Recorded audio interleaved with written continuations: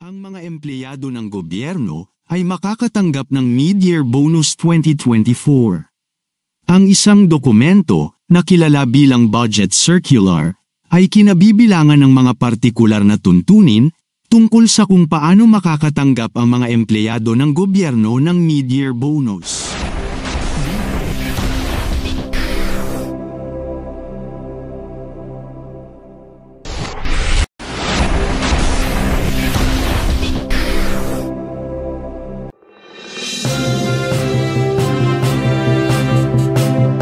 Magandang araw po mga kaguro.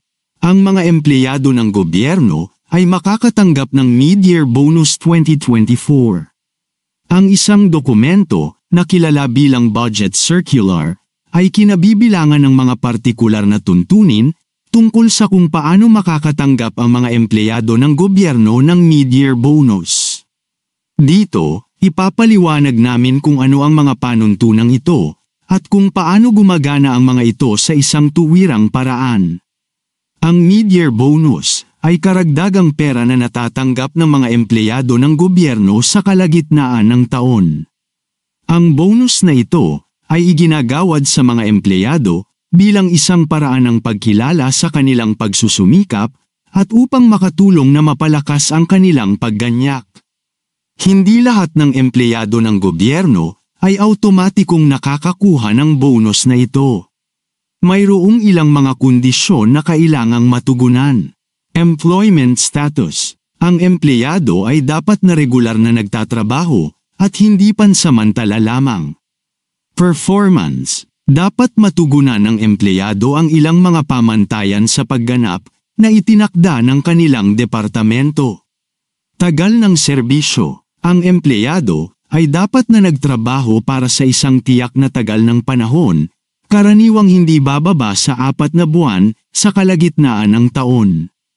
Ang halaga ng bonus ay karaniwang katumbas ng isang buwang pangunahing sweldo. Nangangahulugan ito kung ang isang empleyado ay kumikita ng isang tiyak na halaga. Bilang kanilang regular na sweldo bawat buwan, makakakuha sila ng parehong halaga bilang kanilang mid-year bonus. Ang mid-year bonus ay mahalaga sa ilang kadahilanan. Tulong pinansyal. Nagbibigay ito ng tulong pinansyal sa mga empleyado na tumutulong sa kanila na pamahalaan ang kanilang mga gastos ng mas mahusay.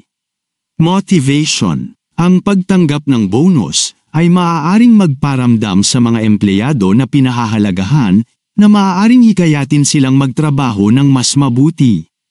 Economic boost. Kapag ginagastos ng mga empleyado ang kanilang bonus, nakakatulong itong pasiglahin ang ekonomiya sa pamamagitan ng pagtaas ng paggasta ng mga mamimili. Sa kabuuan, tinutukoy ng Budget Circular kung paano pinangangasiwaan ang mga mid-year bonus para sa mga empleyado ng gobyerno. Sa pamamagitan ng pagtatakda ng mga malinaw na tuntunin, tinitiyak ng pamahalaan na ang sistema ng bonus ay patas at kapaki-pakinabang para sa parehong mga empleyado at sa mas malawak na ekonomiya. Mga manggagawa ng gobyerno ay makatatanggap ng mid-year bonus simula May 15, 2024. Ang bonus na ito ay hindi lamang tungkol sa pagbibigay ng dagdag na pera, ngunit ito rin ay isang tool na ginagamit ng mga pamahalaan upang mapanatili ang isang nasisiyahan at motivated na manggagawa.